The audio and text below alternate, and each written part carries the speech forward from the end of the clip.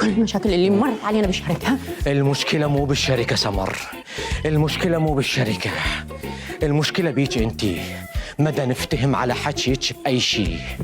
أتمنى لو المخرج يخلي ترجمة مثلا.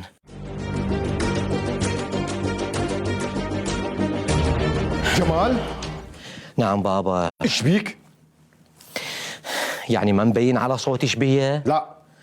صحيح صحيح، أني صوتي بكل المسلسل نفس الشيء. من أفرح ومن أحزن ومن أضوج ومن أتغزل، حتى من أشوخر بابا صوتي نفس الصوت. مشكلة بابا، مشكلة. ما قلت لي شنو هي المشكلة ابني؟ فعلا جمال كلامه صحيح، اكو مشكلة بس ما حد يعرف بيها وما حد رح يعرف وشنو حلها. شنو؟ عوفك منها بابا، هاي كل شيء ما راح تفتهم من حكيها. المشكلة إنه الشركة دا تخسر يومياً، وسهيل دا يقط بينا، وبعد كل هذا بعدنا أغنياء. إيش وقت نصير فقراء الخاطر الله. خلي خابر السيال. استقري ألو انت، استقري. هلو خالو، شلونك؟ شلون صحتك؟ إن شاء الله زين. شلون خالو؟ لا أحب أبشرك أنه أنتم ما راح تكونون فقر من نهاية المسلسل. أولاً لأن هذا ابنك جمال مو مال يشتغل عماله، والسبب الثاني لأنه إذا أنتم صرتوا فقر أنا راح أقط بيمن. أنا أكرهكم كلكم، وأني جاي أقط بيكم كلكم، وأني جاي أدمركم كلكم. بس أنتم اسطولة، ولا واحد بيكم كاشفني، وراح تبقون ما كاشفيني من نهاية المسلسل. أوكي؟ طبعا راح نبقى اغنياء نهاية المسلسل. تريدنا نصير فقر حتى نروح نسكن يم كمال؟ عوفة كمال بابا، عوفة. هاي ايش بيها؟ هاي على أساس شريرة بس كلش طوختها بالمسلسل. ما قلت لي كمال وين؟ شو تريد من عنده؟ ايدي تحكني اريد اضرب راجلي.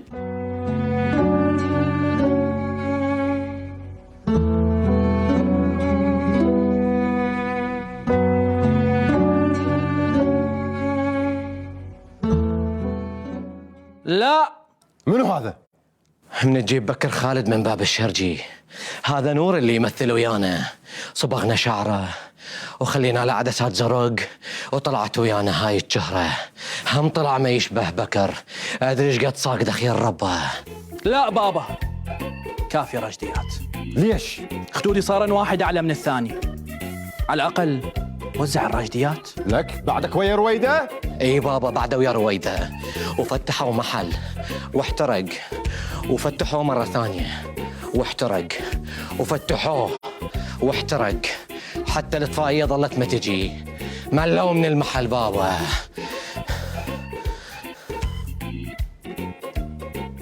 أهو افتهمنا أنت شريرة، ماكو داعي تطاوعينا هالشكل. امشي اطلع من بيتي. تطردني؟ رجع وجهك، خلي بابا يضربك. بعد مرة ثانية، الثالث علي يا بابا. إيه هسه قاعد توزن. طبعا اطردك مثل ما طردت رويدة 3000 مرة من البيت. عاد يلا روح لهم على مود تطردوك مثل ما تطردني. اطلع برا. انت هم اطلع من بيتي. تقصدني اني؟ طلع من المسلسل. هاشت ايدك بابا، زين سويت من طردتها. ما دام ما قادرين نغير باحداث المسلسل، خلينا نغير بالممثلين.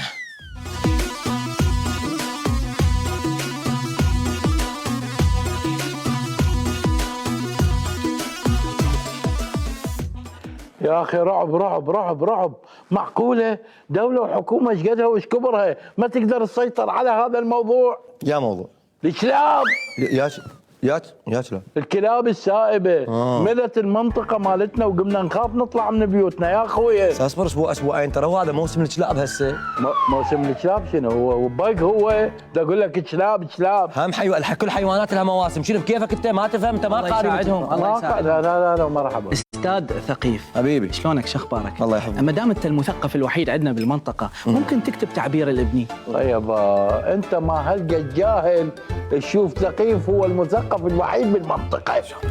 ايدي جيب دفتر الطيل عمك الطيل طير عمك. اما انا راح اكتب. طبعا اي طبعا انتم العظماء دائما خطكم يكون ضعيف. طبعا. بس احنا النصر اذا خطه قوي. انتوا اصلا كتبه بس كتبون، احنا اللي نملي وانتوا اللي صار الموضوع عن شنو؟ عن المسؤوليه. الله عن المسؤوليه. اكتب الانسان يجب ان يتحمل المسؤوليه. الله المسؤوليه يجب ان يتحملها الانسان. الله مش شغله اللغوه راح نعيد نفس الحكي. يابا ما هو هذا الانشاء، هذا هو التعبير بالمدرسه، تكتب الحكايه وترجع تقلبها. ليش؟ حتى تنمي الصفحه. اي صار يابا. قول. المسؤوليه شيء مهم. شيء مهم المسؤوليه.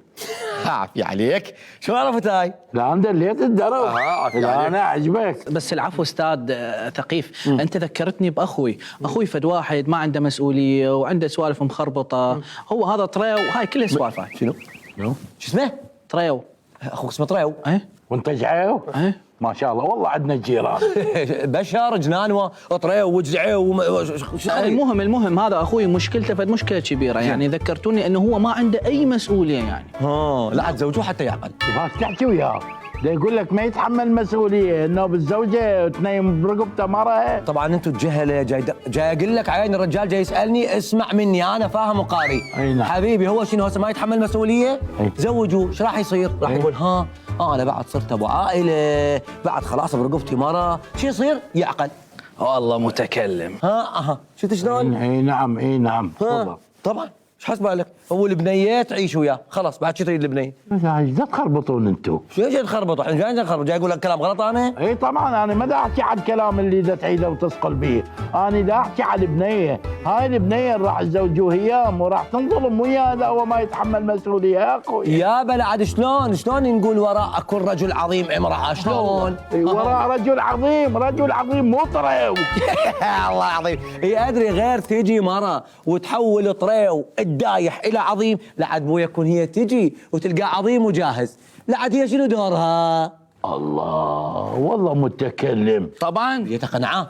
طبعا. بس استاذ يعني هو عطال بطال زوجوه حتى يشتغل ويشرب زوجوه حتى يبطل وما عنده مسؤوليه. زوجوه حتى يصير عنده مسؤوليه. يعني مسؤوليه صدق. نسينا نكتب لها هذا الانشاء. يلا اكتب. يقول لك ايش تخربطون؟ شنو جد خرج؟ كتبت انشاء حلو. ايش بيه؟ انا مو عن انشاء. دا احكي على هاي البنيه اللي تزوجوه اياه. يعني شنو ذنب هاي البنيه تاخذها وتنظلم وياه تنكسر رقبتها وتتدمر؟ لا تنكسر رقبتها ولا تتدمر ولا شيء. هي بس كون شنو البنيه؟ بس كون تصبر عليه. اي وما تحمله فوق طاقته. أي. وما تحمله مسؤوليه زايده. الله. وما تتشرط عليه. الله. وتصبر وياه على الحلوه والمره. وشنو ذنبها؟ ولويش تصبر وياه على الحلوه والمره وفوقها اسمها طريو وتتحمل طريو. خوتي روح نشوف لها واحد من حلال تتزوجه يستر عليه وتستر عليه. غير يقولون وراء كل رجل عظيم امراه. هم رجعنا على الرجل العظيم والامراه. حبيبي يا رجل عظيم الطريو واخوه جحيم. ما اختلفنا حبيبي، ما اختلفنا. غير تجي مرأة وتسوي طريو الدايح عظيم، هذه تكون هي تجي وتلقاه عظيم وجاهز. شنو دورها العادي؟ الله والله متكلم. طبعا شعبان. بس استاذ يعني هو مديون زوجوه حتى يسد الدين، وما يعتني بشكله زوجوه حتى يعتني بشكله، وعنده مكسرات. زوجوه حتى يعقل. قلت لك زوجوه حتى يعقل. شنو عنده مكسرات بعد؟ يقول لك عنده مكسرات. حلها موجود. يلا ما دام عنده مكسرات نشوف البنيه عندها مكسرات ونزوجها اياها. ليش يابا؟ ليش بينا مثل الذهب مثل الليره؟ ليش؟ لا حبيبي نشوف البنيه زينه وهذا خلاص. مكسرات حلوه جديده بعد. والله متكلم. طبعا متكلم. بس استاذ احنا زوجناه قبل وما عقل. قلت شيء اني زوجوه وما عقل طريقه. ايه صح. لا الصوت بذيك البنيه. اي طب ما تحملت مسؤوليه. صح. مسؤوليتها شنو؟ تحول طريو الى انسان محترم. هي فشت بالاختبار. هي فشت بالاختبار. طريو ما عليه شيء ترى طريو. طبعا اكتب يابا. يلا نكتب. يلا كتبوا استاذ. انا اودي الدفتر للولد. يلا اكتب حبيبي اكتب. زوجوه حتى يعقل. الله حتى يعقل زوجوه. والله متكلم. اغشك انا. بالعافيه على طريقه. طبعا.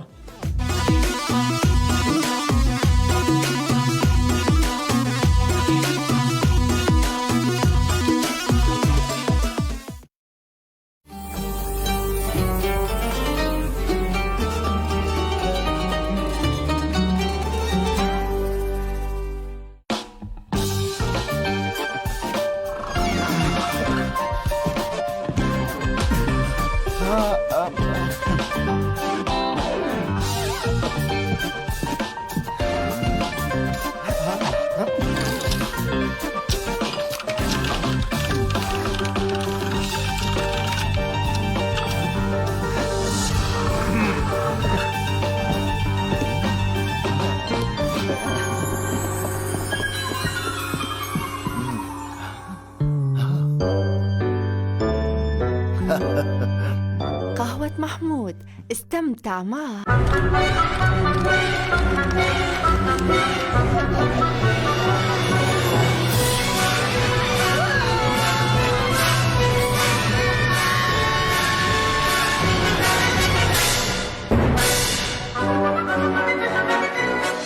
مسحوق غسيل ألتونسا بمكوناته الفريدة وقابليته العجيبة على التنظيف في أصعب الأوقات يحافظ على نظافة الملابس ورائحتها الزكية دائماً.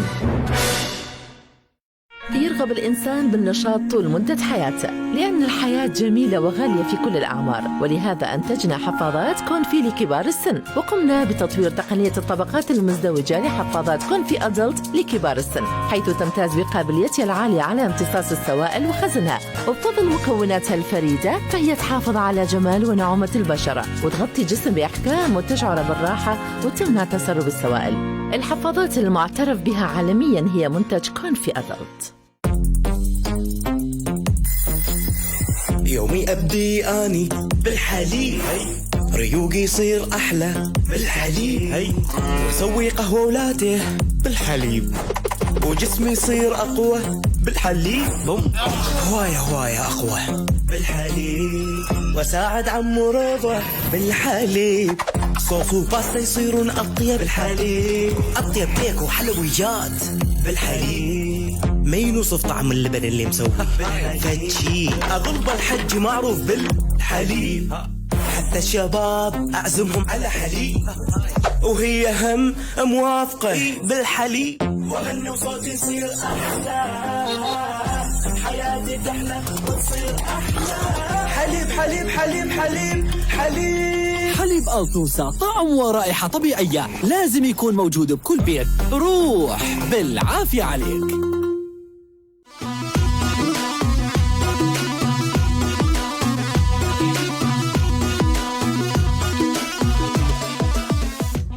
يا الله كملت معاملتي؟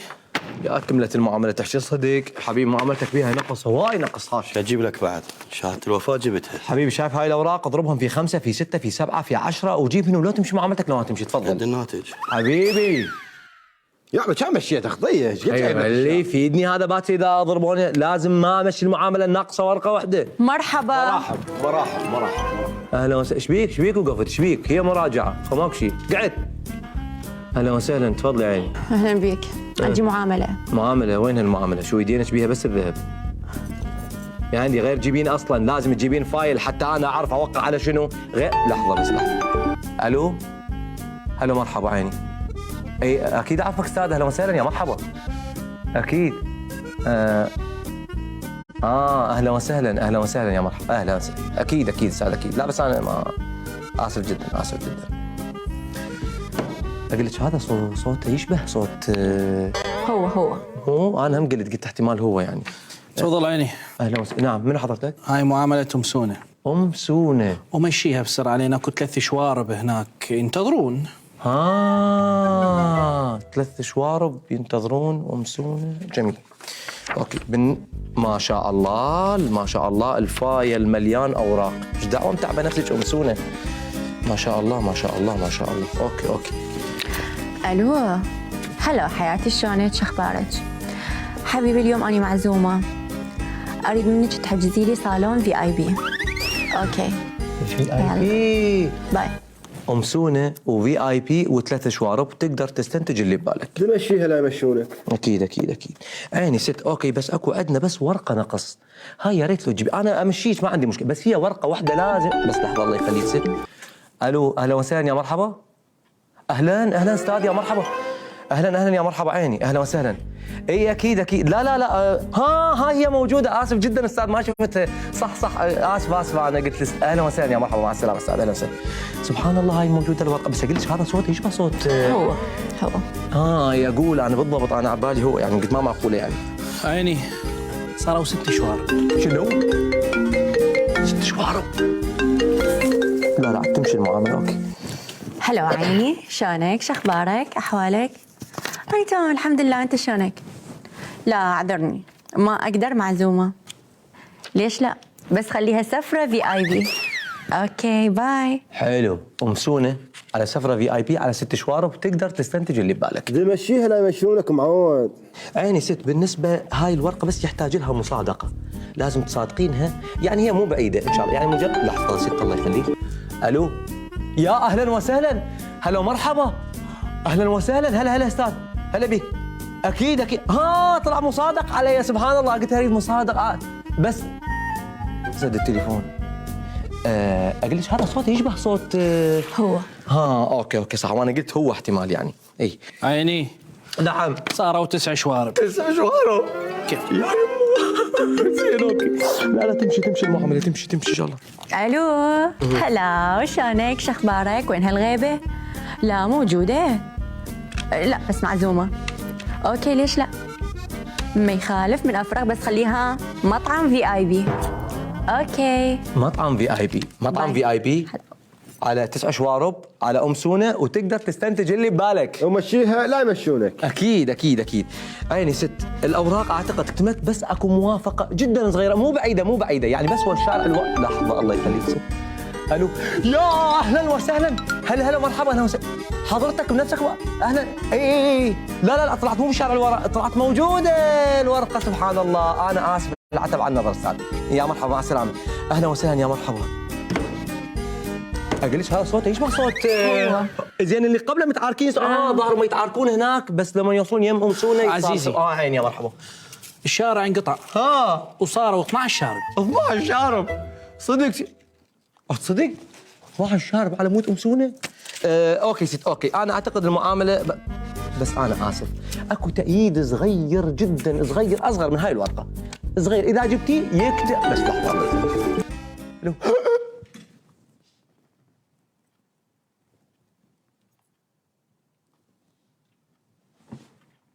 أكيد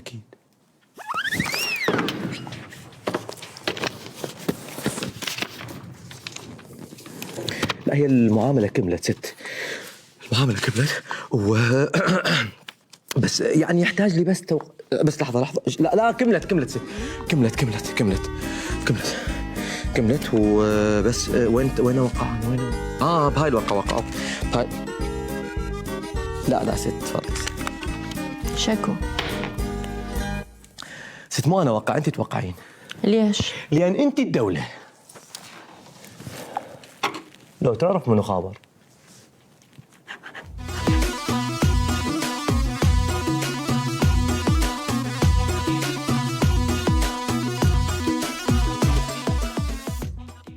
لو سألنا شنو عكس كلمة البخيل، تدرون انه هاي الاجابه طلعت مو كلش دقيقه. طول عمرنا عبالنا البخيل عكس الكريم. البخيل عكسها المسرف. لا، البخيل عكسها المسرف، لانه البخيل هي صفه مو حلوه، والمسرف هذا ايضا صفه مو حلوه. وارسطو يقول الفضيله تقع بين رذيلتين، البخل على صفحه والاسراف على صفحه، فالكرم وين يصير؟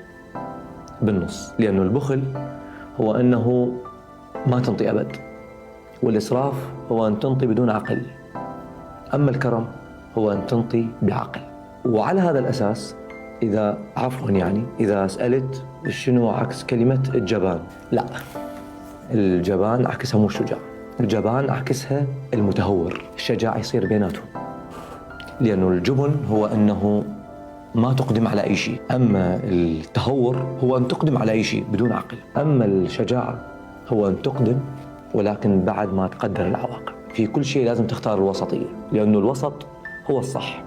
لذلك اليوم لما تشوف أكو مشاكل هواي موجودة، يقول لك واحدة من عندهن هي التطرف، يعني يا أما بخيل يا أما مسرف يا أما جبان يا أما متهور. الفضائل كلها تكون بالوسط. يمكن حتى بالقرآن وجعلناكم أمة وسطا، دلالة على أن الوسطية هي دائما هي أفضل الأشياء. إذا طبقنا هذا الموضوع اليوم على العراق، يعني عندنا شنو اللي صار؟ واحدة من المشاكل انه احنا كنا بزمن صدام حسين حكومة قوية، حكومة ترصد الشعب من الالف للياء، كانت اكو ناس حتى وهي ببيوتها تخاف احيانا تتكلم. وصارت فعلا انه اكو اخ بلغ على اخوه، واكو جوارين بلغوا على جوارينهم، بحيث الانسان كان وهو ببيته خايف، فكان اكو كبت. بعد ما صار التغيير صار فوضى، الناس شو عبالهم؟ عبالهم حرية. فلما يكون اكو كبت عكس الفوضى، وبالنص هي الحرية.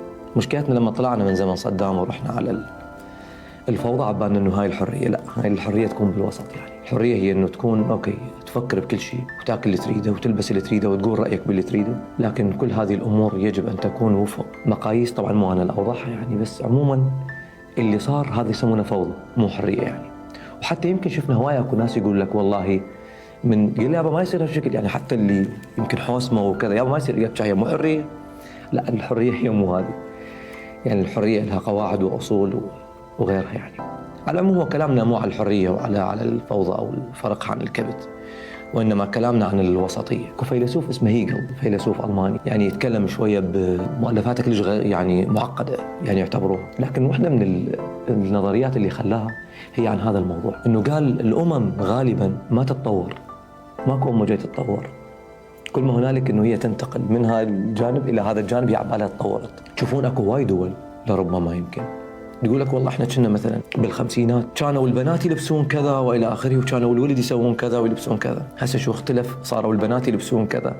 ما اريد احدد حتى لا يصير كلام، لكن عموما بين قوسين يقول لك مثلا كان الشعب متحرر، شو هسه انغلق، ومثلا لا بالعكس اكو شعوب كانت منغلقه انه بتحررت وكذا. هذا يروح من النقيض للنقيض، لكن هو ما جاي يروح على الوسط، على الوسطيه اللي هي يكون بيها تصرف جيد ولكن بشكل محسوب يعني. فيقول انه هو الامم ما جاي تتطور، هيجل يقول انه هو يجي من هذه يروح للطرف الثاني وعباله انه هو تطور، راح من تطرف الى تطرف ثاني لا اكثر ولا شيء يعني ما سوينا شيء ثاني. لذلك الوسطيه هي يعني افضل شيء. حتى بايام الطائفيه اتذكر ايام الطائفيه انا كان عندي راي بوقتها انه اللي صار شنو اللي صار، يا اما تعال انا اذبحك لانه انت مو من مذهبي، فبالتالي طبعا هي جماعات هنا وجماعات هناك، هو مو كل اللي هنا ولا كل اللي هناك، بس هي جماعات هنا تسوي هذه القضيه، تقول لك والله لانه انت فقط مو من مذهبي فانا لازم اذبحك يعني، او اقتلك او اصكك يعني، مثل او دمك حلق. فيجون اكو ناس شو يقول لك لا احنا على مود نلغي هذا الموضوع، نقول ماكو فرق والاديان نفس الشيء والمذاهب نفس الشيء بالضبط. هذا ايضا أنا بوقتها كنت كتبت حتى مقال بجريدة طلع، فقلت له إنه حتى هذا مو صح. الصح إنه أوكي يعني تعتز مثلاً بانتمائك، سواء كان على مستوى القومية أو على مستوى الدين أو على مستوى الثقافة، إنه أنا هذه قوميتي أو هذا ديني أو هذا مذهبي وأعتز به، لكن أنا أحبك، لكن أنا أحترمك، لكن أنا طالب بحقوقك رغم أن أنت مو من قوميتي. هذا الشيء صحيح، مو انه اذوب قوميتي وقوميتك وانتهى الموضوع، او اذوب مثلا ثقافتي وثقافتك وخلينا نعيش بثقافه واحده. هذا ايضا صار، لكن الناس بما انه شافت دم فراحت على الجهه الاخرى. لا انت ممكن تحتفظ بكل شيء وانه تكون وسطي في كل تفكيرك يعني. الوسطيه دائما جيده، والدليل انه انت قاعد على اليمين وانت قاعد على اليسار وانا قاعد بالوسط.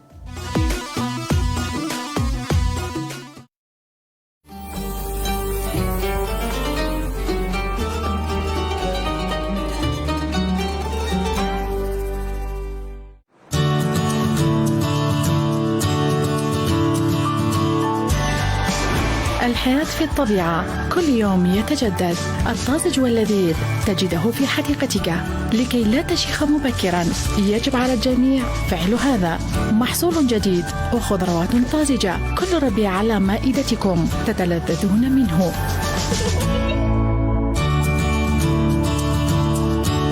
شوربة التونسة هدية من الطبيعة. والآن مع بيبي سعاد صاحبة مقولة أعز من الولد الأحفاد.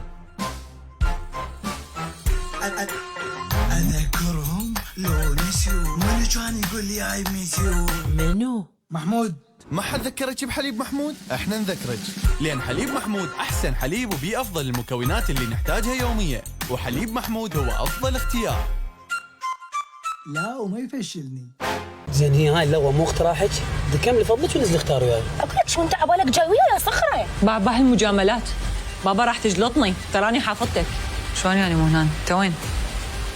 هو مو بس انا يعني، هم سووا لنا انهاء خدمات لوين موظفين لانه ما عندهم فلوس. غيد تشاهدونه الليلة حصريا على UTV. رمضان سوا.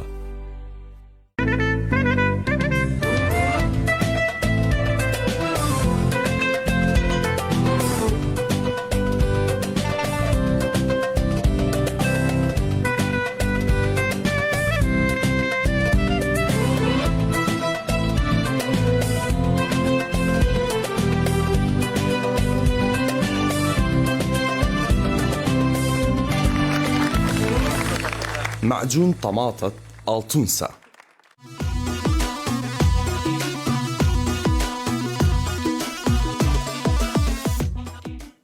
اللي وراه شو الحكي هذا؟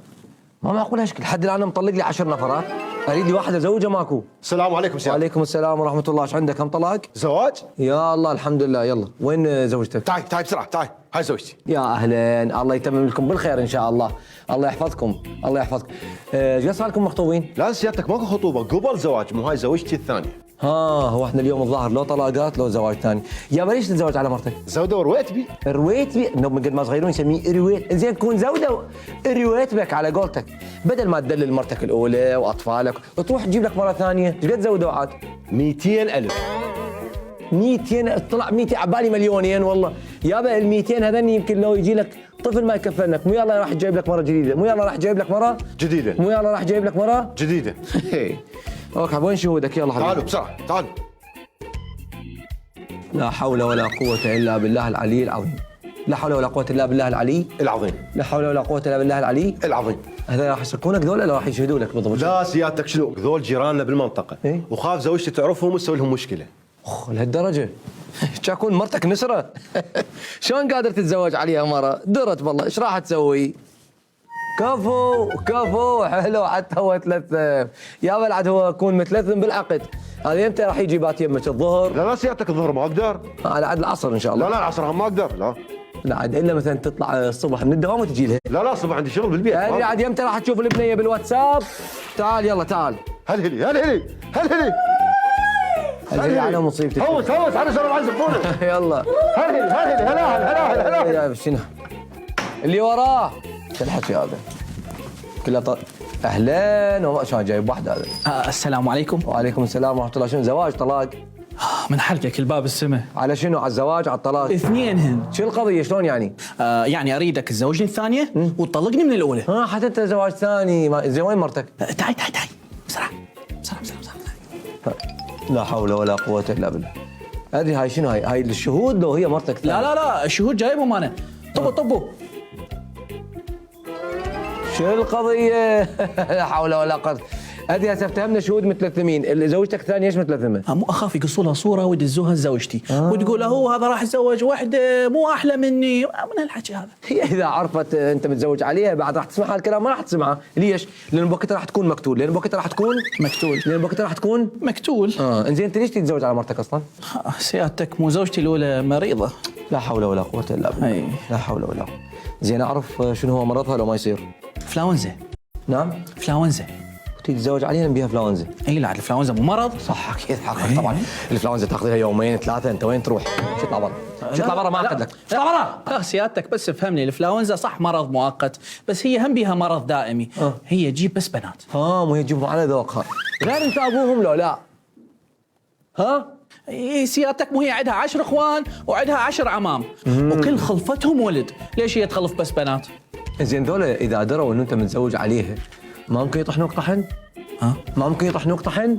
ما ممكن يطحنوك طحن؟ ما ممكن يطحنوك طحن. يلا اوكي تعال يابا تعال. اوكي هذا تعال امرنا لله. اوكي بالرفاه والبنين. بالرفاه والبنين. يلا خذها واطلع. يلا شباب يلا. وسهلا. شو القضيه؟ ماكو زواج اول؟ ماكو هذا الزواج اللي تعودنا عليه قبل؟ اللي وراه تعال. السلام عليكم. وعليكم السلام. ولا حول ولا قوة إلا بالله العلي العظيم. فوت. هذول طلاق مبينين. لا ويمسح لها الميز يا الله، يمسح لها الميز. خويا امتى تدرون اطلقكم؟ شنو هاي طلاق زواج؟ قطع عنا مهر. ولا يهمك. يعني زوجته الثانية. زين انت ليش تريد تتزوج على مرتك؟ لأن مرته هاملته، لا تطبخ له، لا تنظف له، لا تكنس له، لا تمسح له. مرتك هاملتك؟ طبعا. ما شاء الله. زين ايش قد تريدين؟ المهر، الحاضر، الغايب، ايش قد؟